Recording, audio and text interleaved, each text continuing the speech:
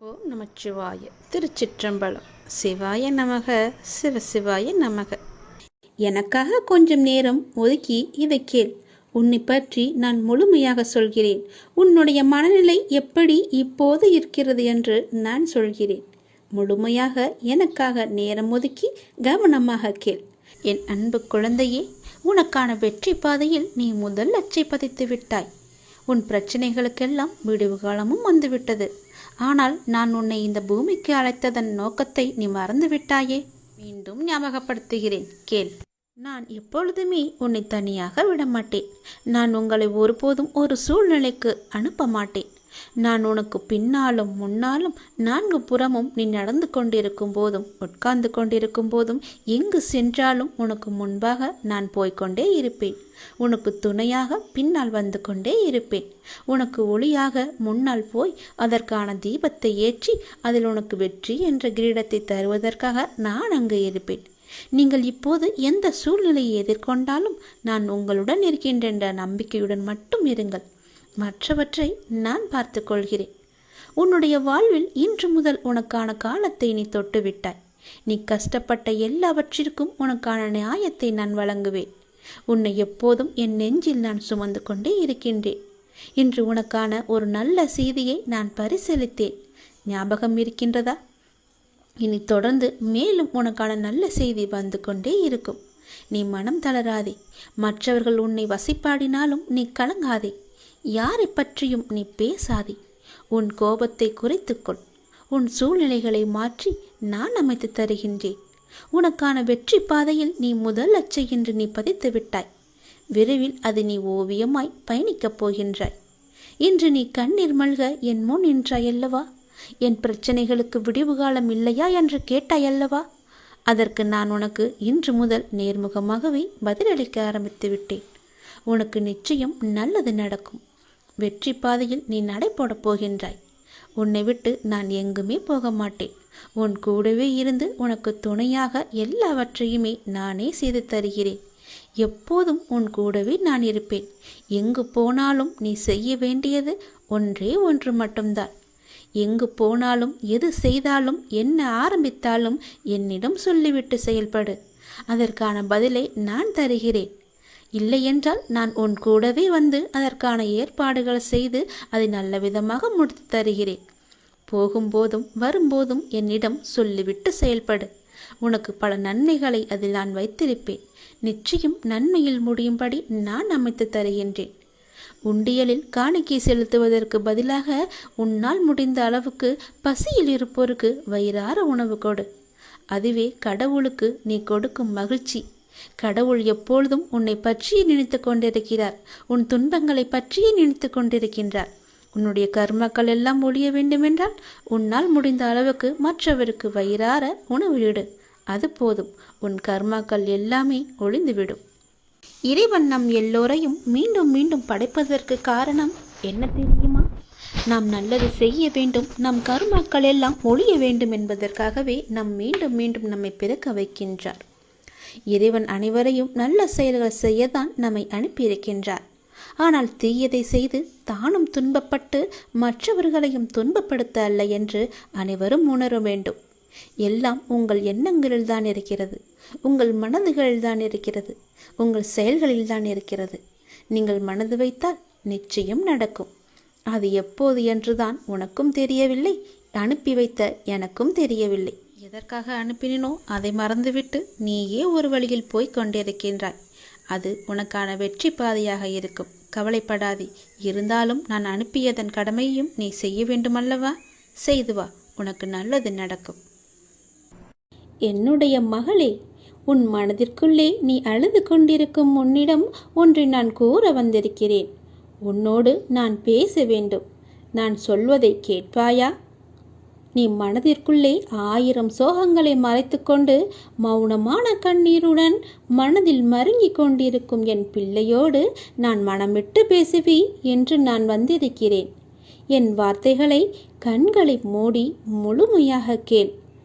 என் தங்கமே, உன் கண்ணீரை துடைத்து கொண்டு என் அருகில் வந்து நீ உட்கார்ந்து கொள். உன் கஷ்டத்தை நீ சொல்லித்தான் நான் தெரிந்து கொள்ள வேண்டுமா? உனக்கு ஆசீர்வதிக்கப்பட்டதை தராமல் நான் எங்கே போகப் போகிறேன்? நீ மனதை அமைதியாக வைத்துக்கொள். உன் வாழ்க்கையில் ஏற்படும் இன்பத் துன்பத்தை மனதார ஏற்றுக்கொள். துன்பத்தை கடக்க வேண்டுமே தவிர அதை நினைத்து என் நேரமும் புலம்பக்கூடாது. அதையே மனதில் வைத்துக்கொண்டு திறம்பட செயல்பட வேண்டும். எப்போதுமே எந்த நாளுமே நீ கவலை மட்டுமே கொள்ளாதே. எல்லாவற்றிற்குமே காலம் நிச்சயமாக பதில் சொல்லும். இந்த உலகத்தின் நியதிப்படி தக்க சமயத்தில் அது பாடம் புகட்டும். எப்போதும் தோல்விகளையே சந்திக்கிறேன் என்று வருந்தாதே. நடப்பவை யாவும் நன்மைக்கே என்ற நம்பிக்கையுடன் உன்னுடைய லட்சியத்தை நோக்கி நீ முன்னேறி செல். தொடர் முயற்சி வாழ்வில் நீ நினைத்ததை தொடர்ந்து நிறைவேற்றி தரும். நிச்சயமாகவே எந்த நிலையிலுமே நம்பிக்கையை மட்டும் நீ இழந்து விடாதே. நீ உன் கடமைகளை செய். உன்னுடைய எதிர்பார்ப்புகளை குறைத்துக்கொள். உனக்கு தேவையானது நிச்சயம் உன்னை வந்து சேரும். தோல்வி, அவமானம், அவமதிப்பு இவற்றின் அனுபவங்களை எல்லாம் நினைவில் கொள்ள வேண்டுமே தவிர அந்த நினைப்பிலேயே எல்லா நேரமும் மூழ்கி இருக்கக்கூடாது. எதற்காகவுமே நீ பயப்படாதே. எதற்காகவுமே நீ கலங்காதே. தடைகளை தகர்த்து நிச்சயமாகவே நீ வெற்றி அடைவாய். உனக்கு எல்லா சூழ்நிலையிலுமே உன்னுடைய அப்பா, உன்னுடைய சாயப்பா நான் துணை இருப்பேன். என் வார்த்தையின் மீது நம்பிக்கை வைத்து நீ செயல்படு. வாழ்க்கையில் என்ன நடக்கிறது என்று அறியாமல் வெளித்தோற்றத்தை வைத்து கற்பனையில் லயித்து கொண்டிருக்காதே. உன்னுடைய கனவுகளும் கற்பனைகளும் எதிர்பார்ப்புகளும் தவறு என்று நான் சொல்லவில்லை. அவை உன் வாழ்க்கையில் நிஜத்தில் இடம்பெற வேண்டும்.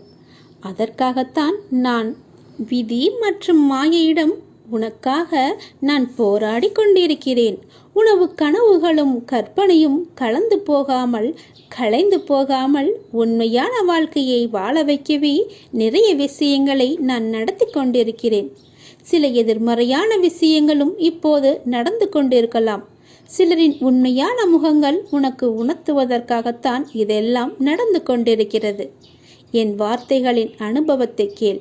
என் வார்த்தைகளின் அசைவுகளை வைத்தே நான் கூற வருவது என்ன என்று உணரும் நீ மாயை என்னும் வலையில் சிக்க அனுமதிக்க மாட்டேன் நான்.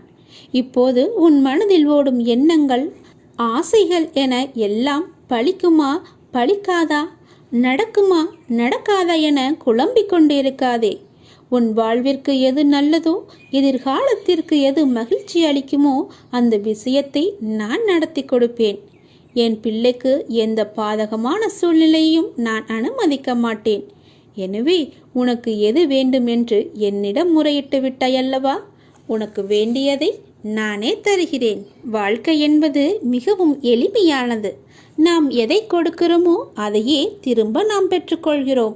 நாம் நினைக்கின்ற ஒவ்வொரு எண்ணங்களும் நம் எதிர்காலத்தை தீர்மானிக்கின்றன. உழைப்பின் வலிமையை உயரத்தான் புரிந்து கொள்ள முடியும். உண்மையான அன்பின் பாசத்தை பிரியத்தான் உணர முடியும். சொல்கின்ற எண்ணங்களை செயலாக்கினால்தான் வெற்றியை பெற முடியும். வருகின்ற காலத்துக்காக காத்திராமல் இன்றே செயல்பட்டால் வெற்றி உனக்கு நிச்சயமாகவே கிடைக்கும்.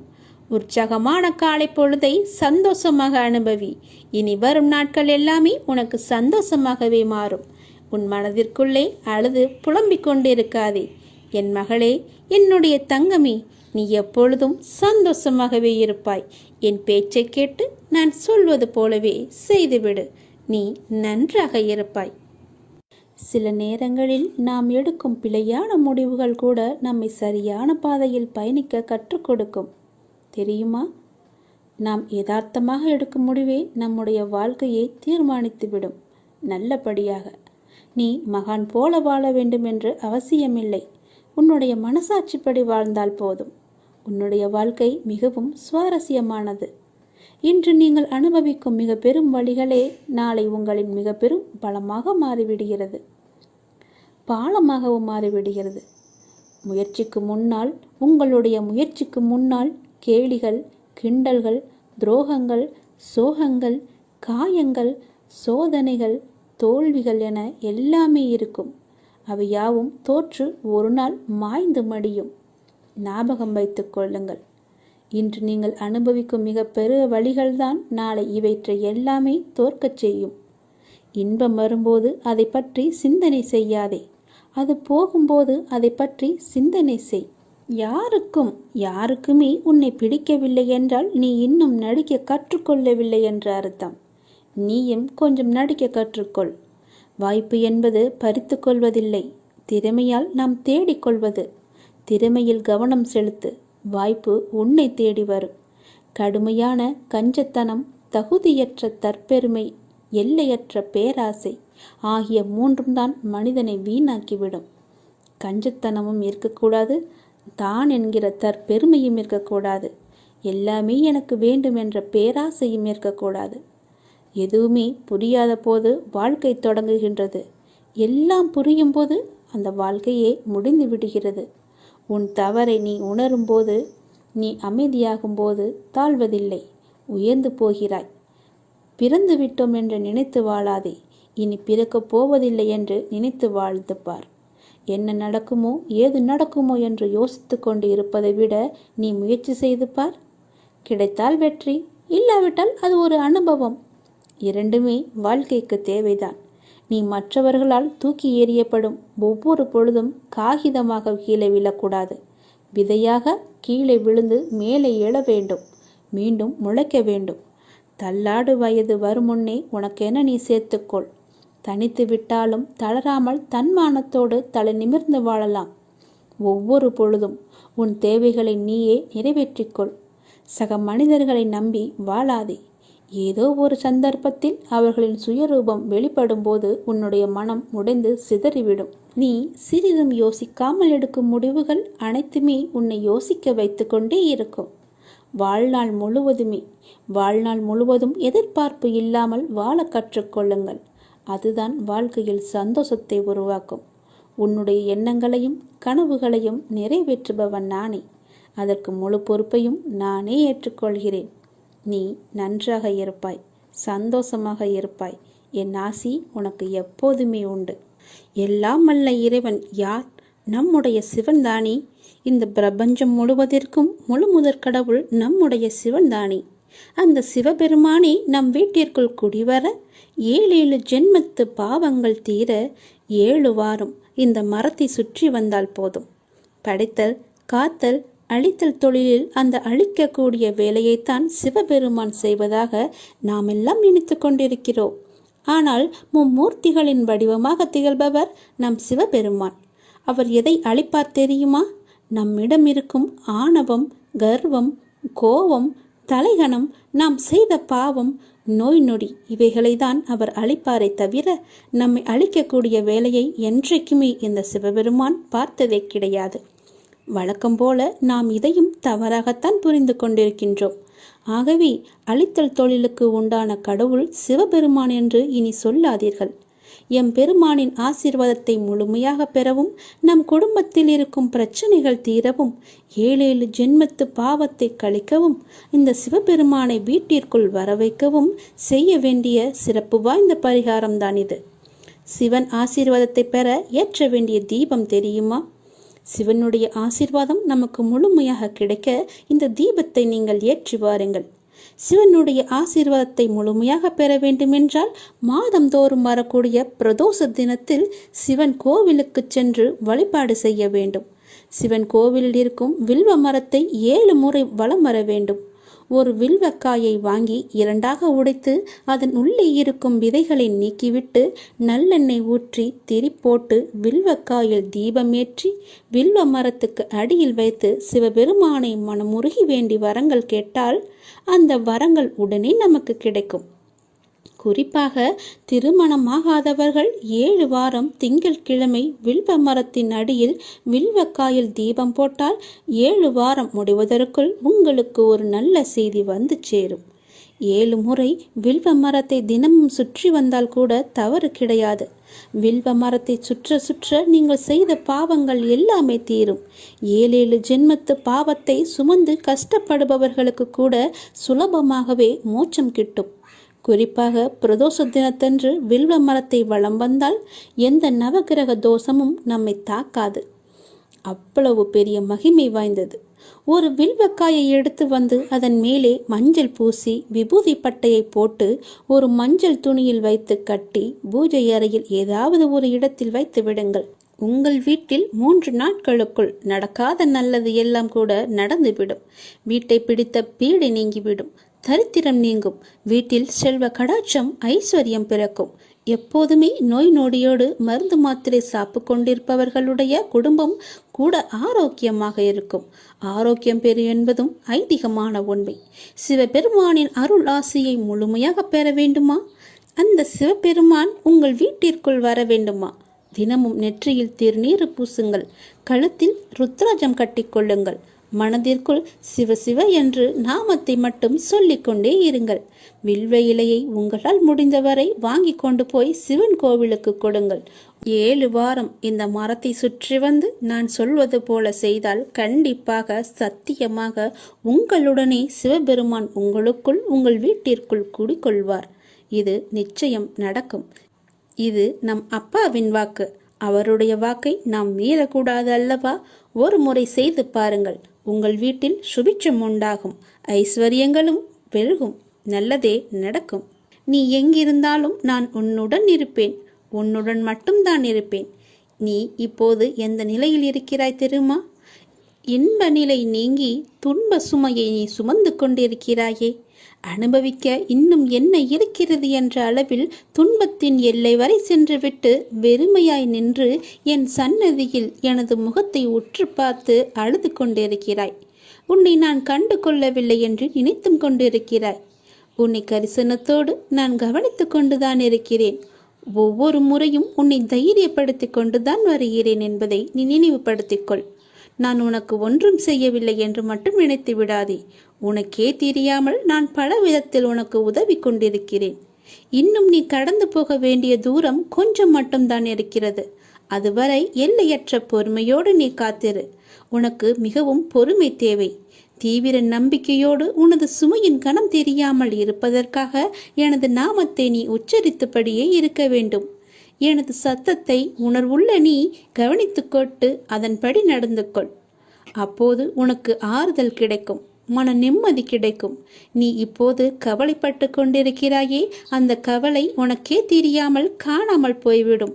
இருந்த இடம் தெரியாமல் போய்விடும். நீ எதை பற்றியுமே மனதில் வைத்துக்கொண்டு சஞ்சலப்பட்டு கொண்டிருக்காதே. நான் உன் கூடவே இருக்கிறேன். எது வந்தாலும் நான் பார்த்து கொள்கிறேன். என்னுடைய அருள் நான் உனக்கு தருகிறேன். என் அருள் முழுவதையும் ஆசீர்வாதத்தையும் நான் உனக்கு தருகிறேன். நான் உனக்கு அருள் செய்ய காத்து கொண்டிருக்கிறேன். இப்படியெல்லாம் நான் செய்யும்போது நீ எதற்காக வீணாக கவலைப்பட்டு கொண்டு உன்னை நீயே வருத்தி கொண்டிருக்கிறாய்? வேண்டாம் தங்கமே. வீசும் காற்றுக்கு அளவுகோல் தெரியாது. பாய்ந்து சுழன்று வரும் அலையான நீருக்கு அளவு கிடையாது. சுடர்கொண்டு எரியும் நெருப்புக்கு அளவை எட்ட முடியாது. பரந்த ஆகாயத்திற்கு எல்லை என்ற அளவுகோல் இல்லை.